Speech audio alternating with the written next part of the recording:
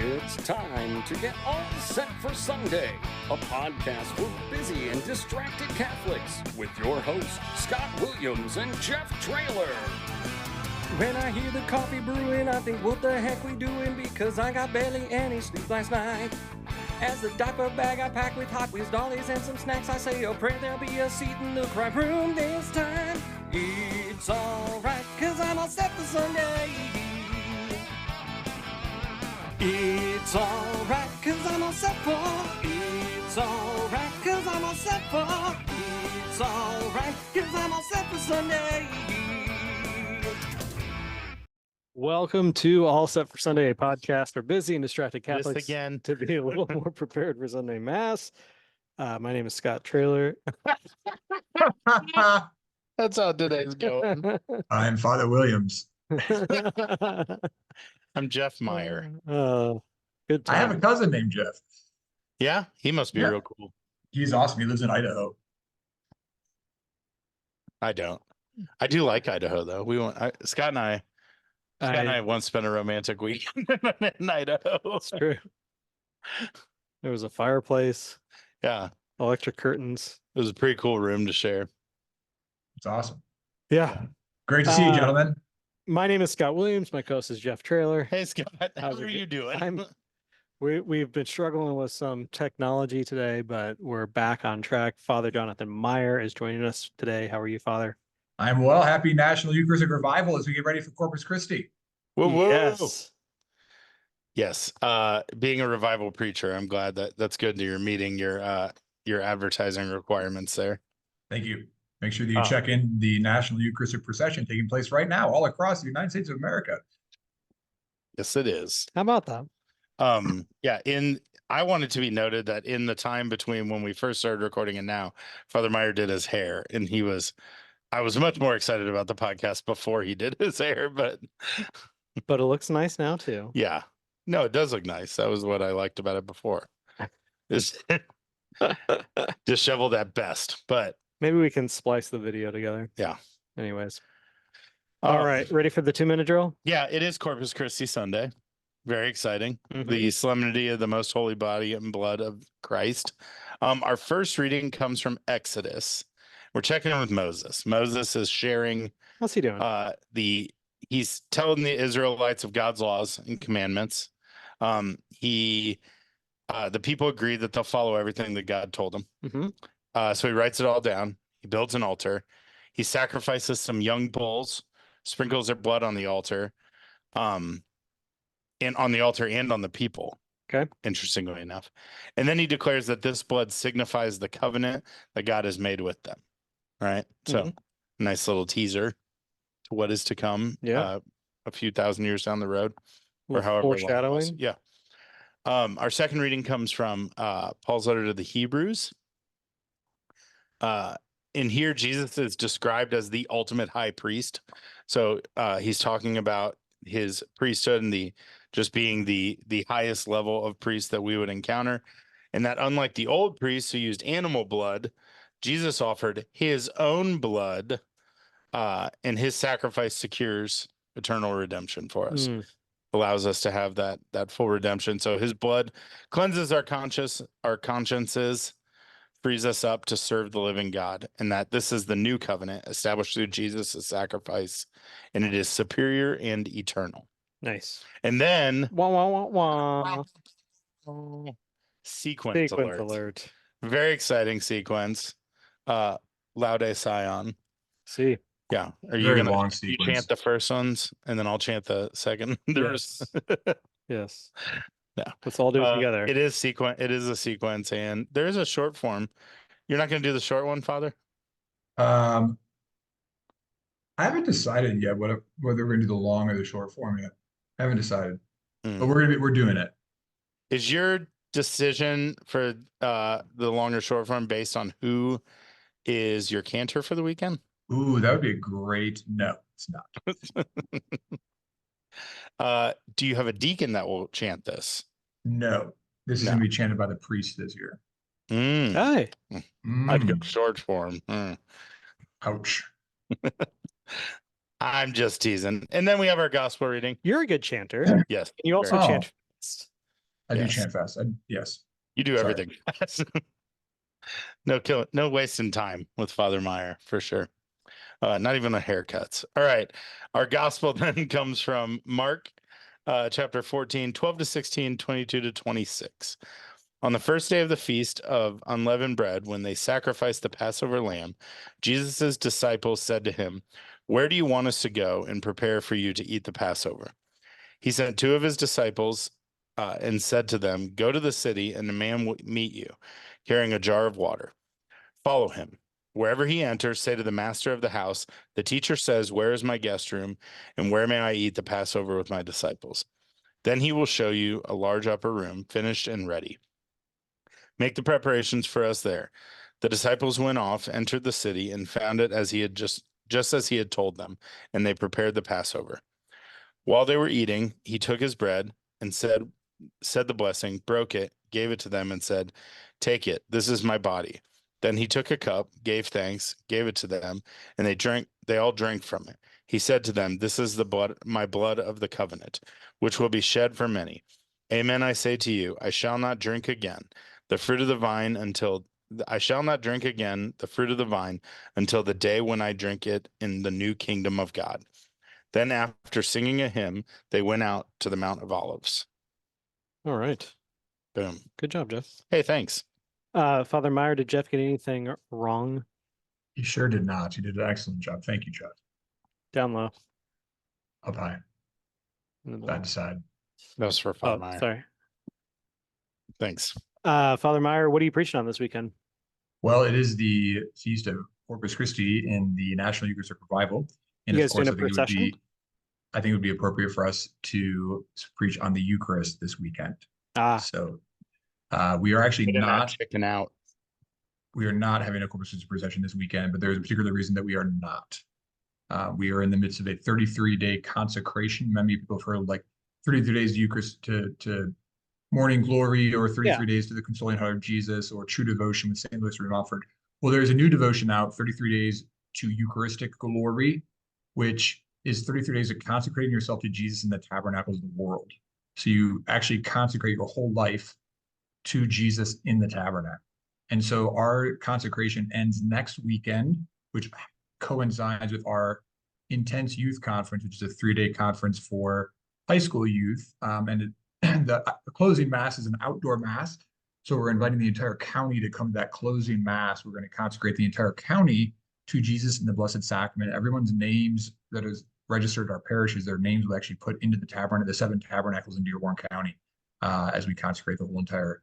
And so there's multiple Corpus Christi processions that are a part of the Intense Youth Conference. So we're trying to put all the emphasis onto that closing celebration for the consecration. So awesome. And we also do Corpus Christi processions several times throughout the year. Not that I'm trying to somehow justify that we're not having. We normally have 5 of them. We have 1 at St. Teresa, St. Lawrence, St. Mary's, and then 2 at All Saints. But this year we are trying to put the emphasis on the consecration of the entire county to the Eucharist. So beautiful. Thank you. You're welcome. Yeah. Go ahead. Well, when you said you weren't having a procession, I immediately was like, because like anyone I know you love. I love processions. Procession very much.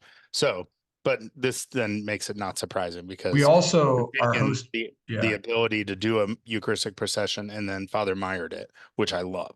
We're also the National Eucharistic Procession is coming to All Saints Parish July 8th, 9th, 10th, and 11th. So we will have the national procession here.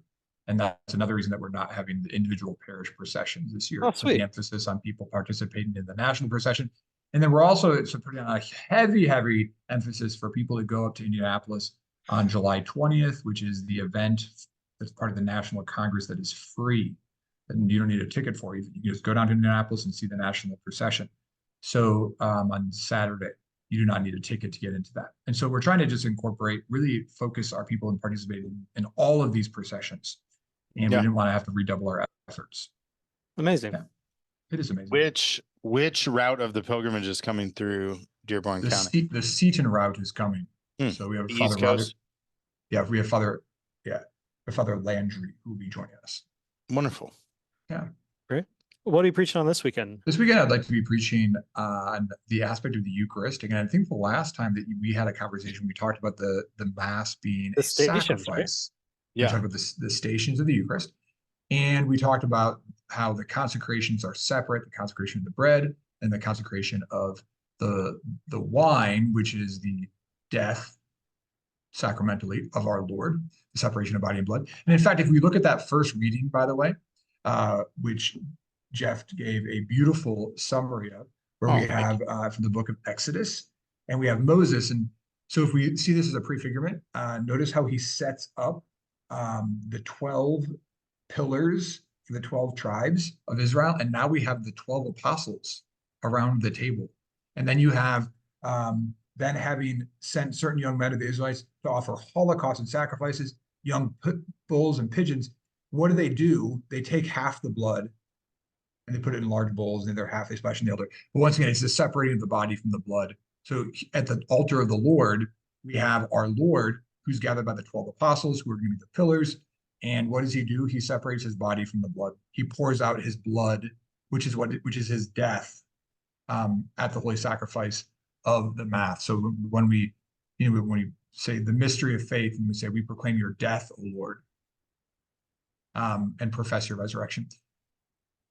An aspect of the Eucharist, which I think is deeply profound, is the offertory, and yet not so much the offertory being bringing up our money, but specifically that aspect of putting our lives into the chalice and onto the paten. And so I want to focus this weekend specifically on that aspect of uniting your particular sacrifice and your particular intentions to the sacrifice of the Mass. We began a custom at my parish several months ago where we begin Mass by asking a question.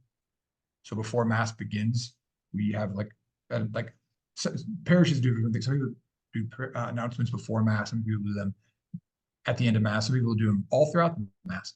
But we now do all of our announcements before Mass, and we ask everybody to turn to their neighbor and ask their neighbor, what's one thing going on in your life that I can pray for? What's one thing going on in your life that I can pray for?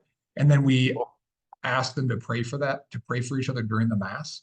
In fact, we even have, for those of you who are watching on the YouTubes, we even have like little bracelets so we've clearly bought into this.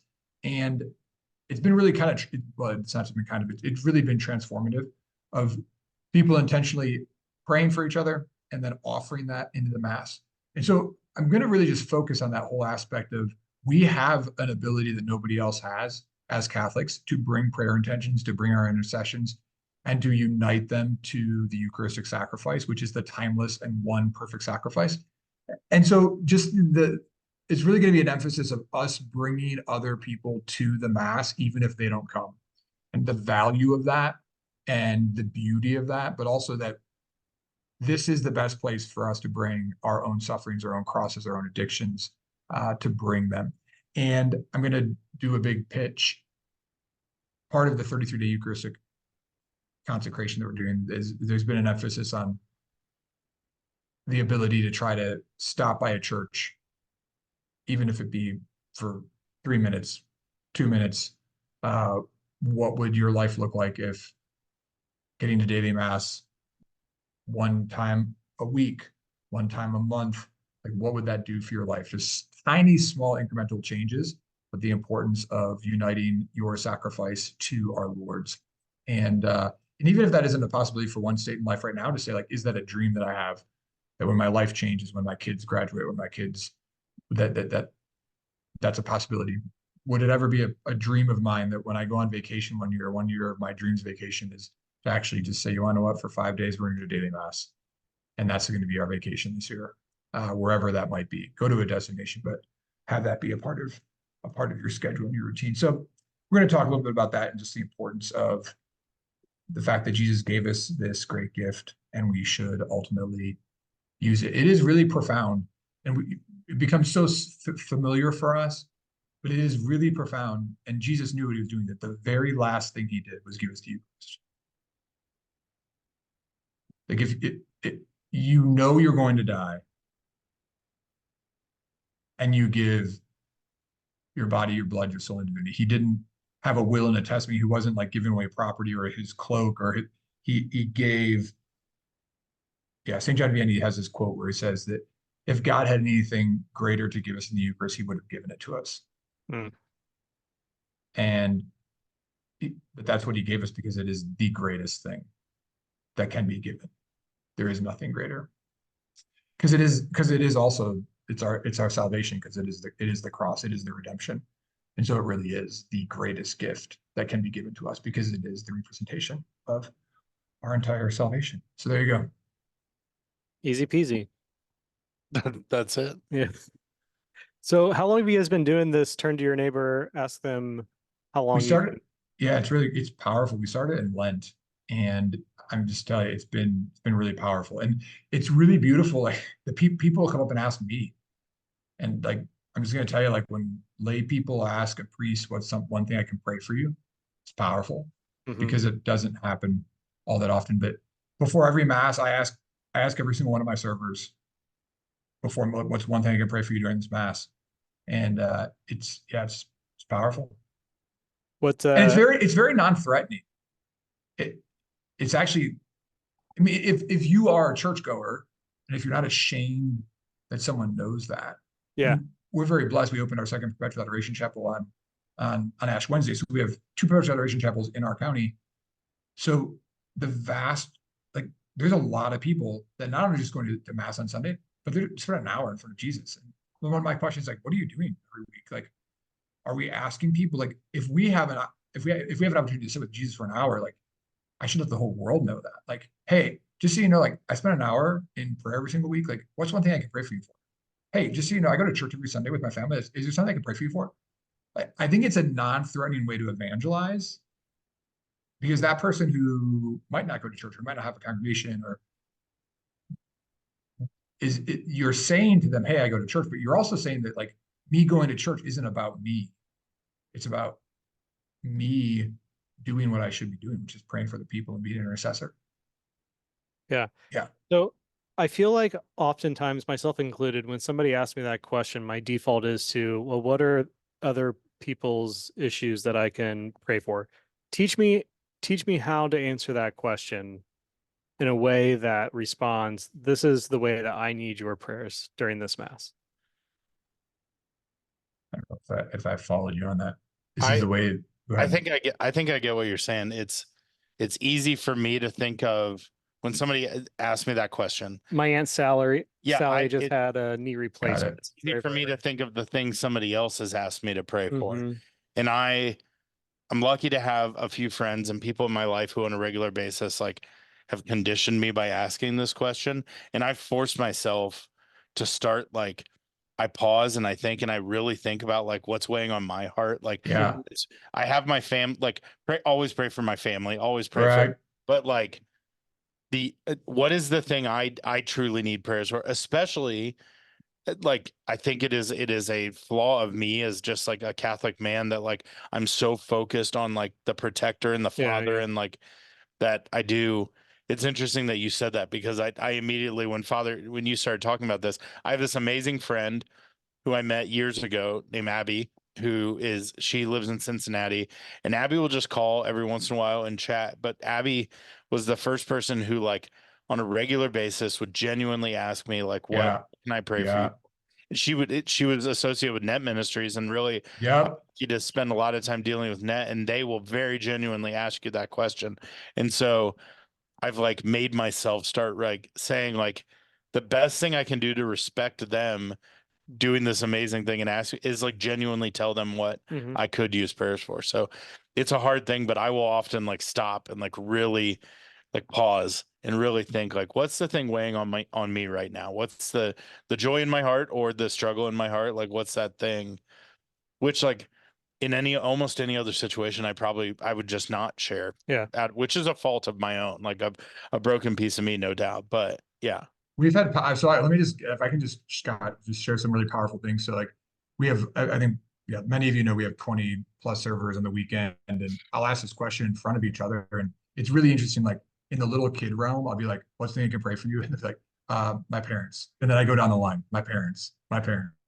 But then one kid will like change it up, and one kid will be like, I'm really having too much screen time right now, and I need to stop playing with my phone.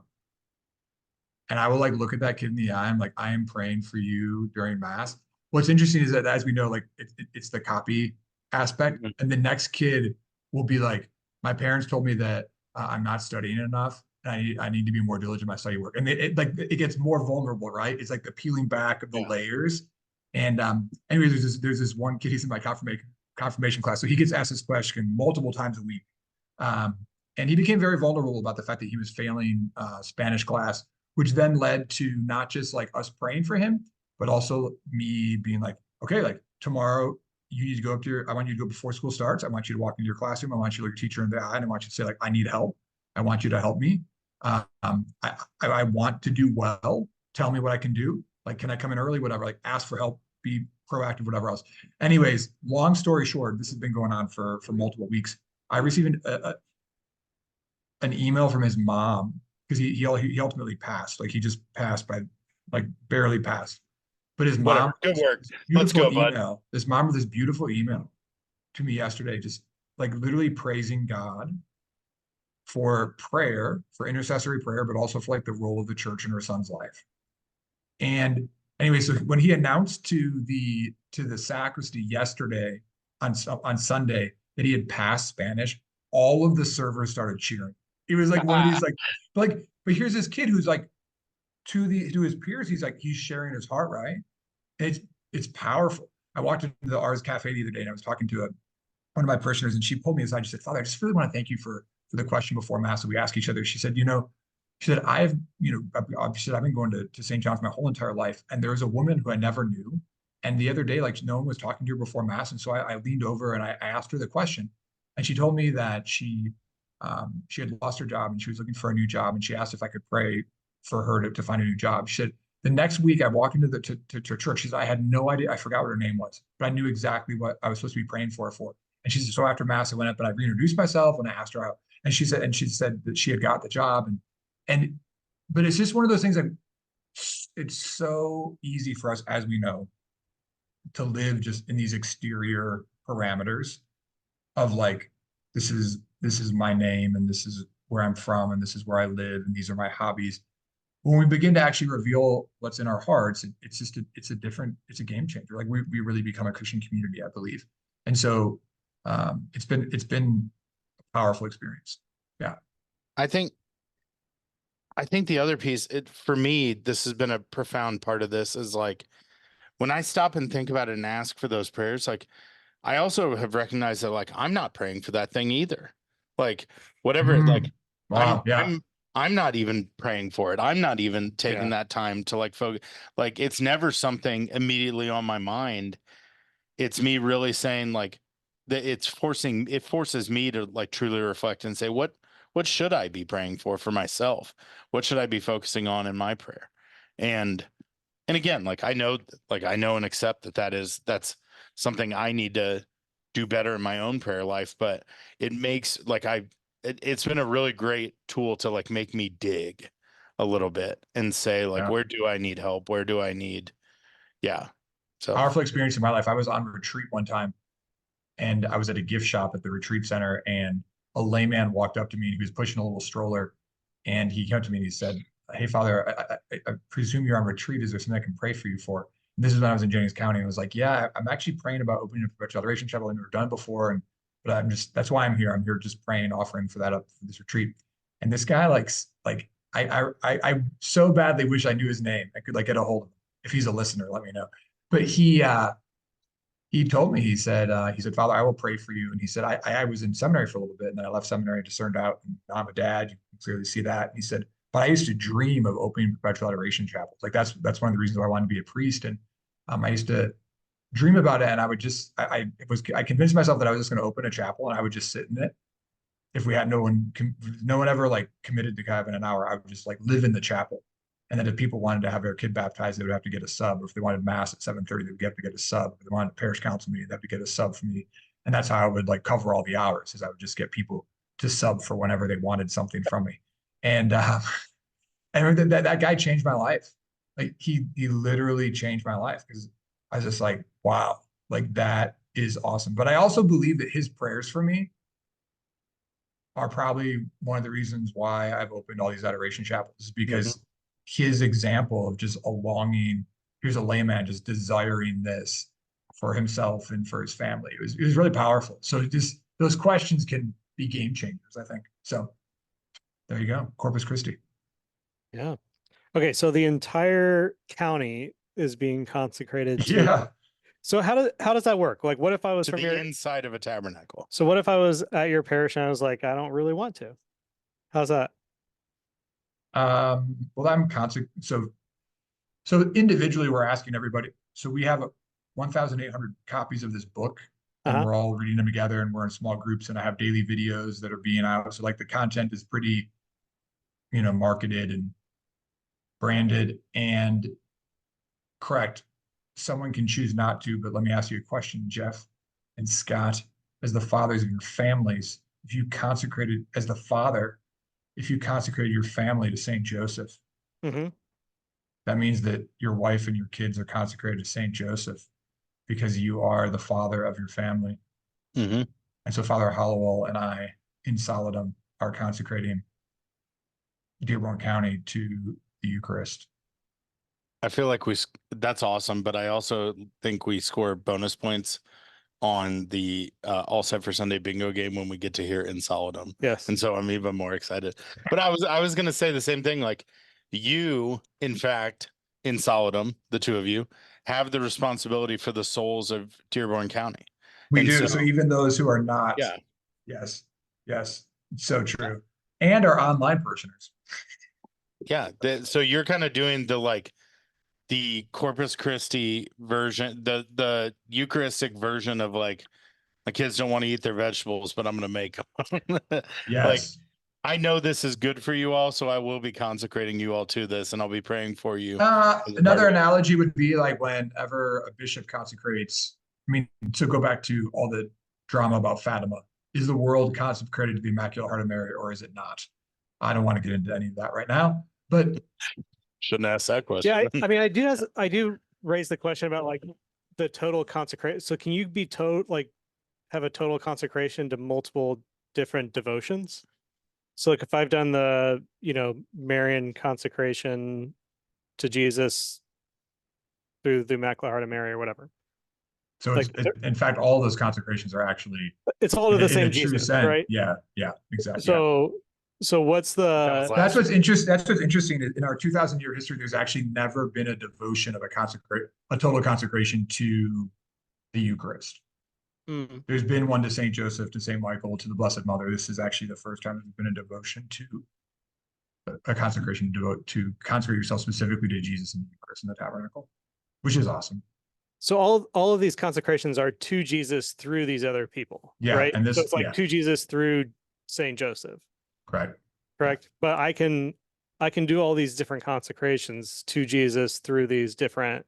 Through God who strengthens you. Yeah. Okay. Yeah.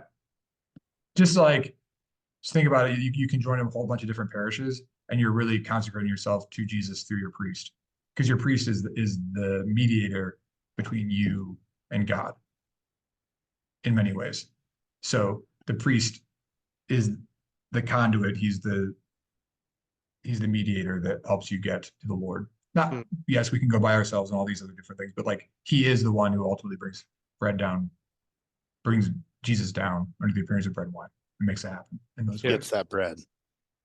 Yeah. All right. Anything else? No, that was pretty good. Dumb questions?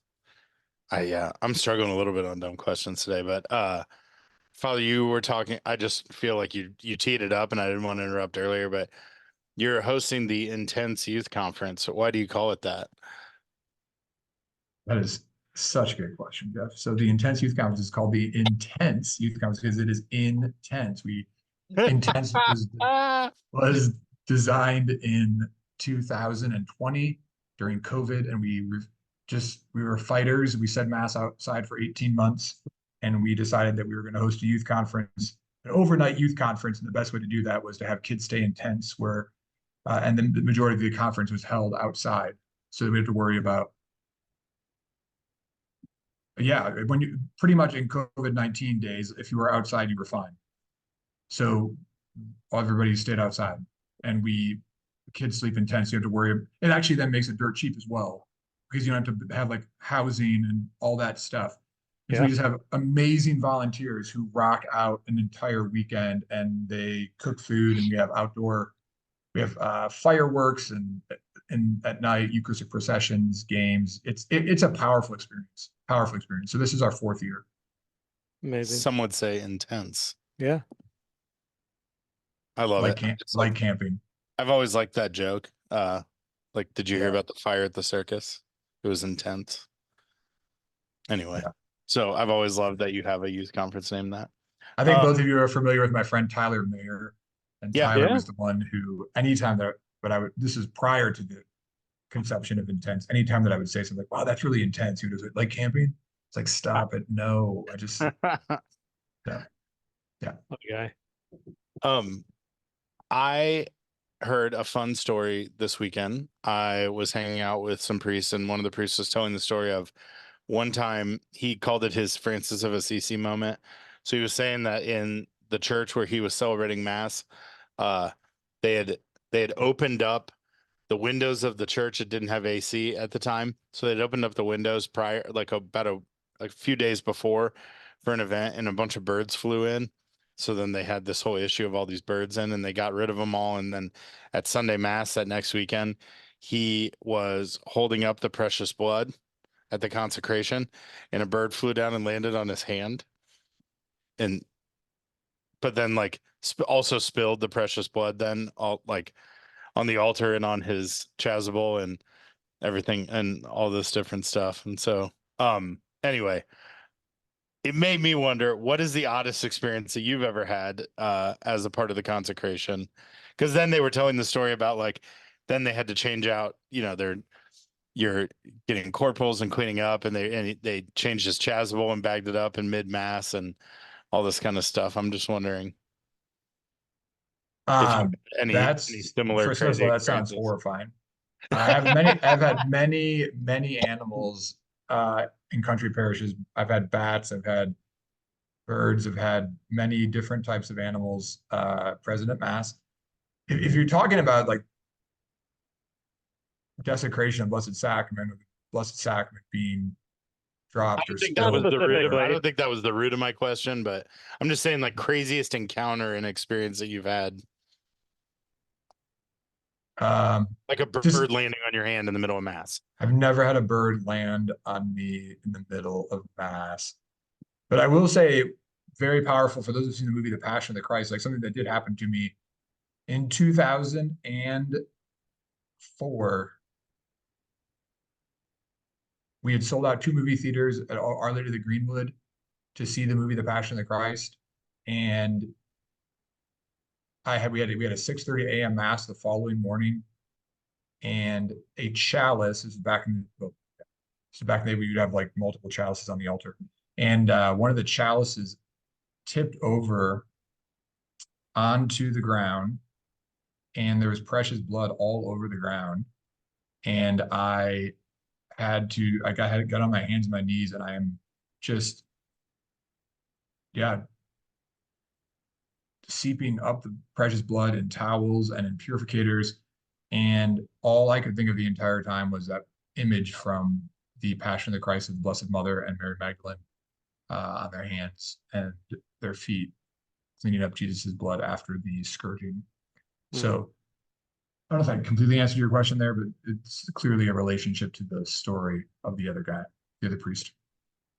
Yeah, this priest also said that, or one of the other priests that was there and was helping change his chasuble said while he was changing his chasuble, and he said, "I thought maybe I was becoming St. Francis of Assisi, but I checked my hands and I'm good to go." No stigmata. That was middle of mass, so I thought that was funny. Anyway. All right, Father Meyer, always a pleasure. Thank you so much for joining us again. Can't wait for the next one. Always a joy. God bless. Peace. It's alright, cause I'm all set for. It's alright, cause I'm all set for. It's alright, cause I'm all set for Sunday.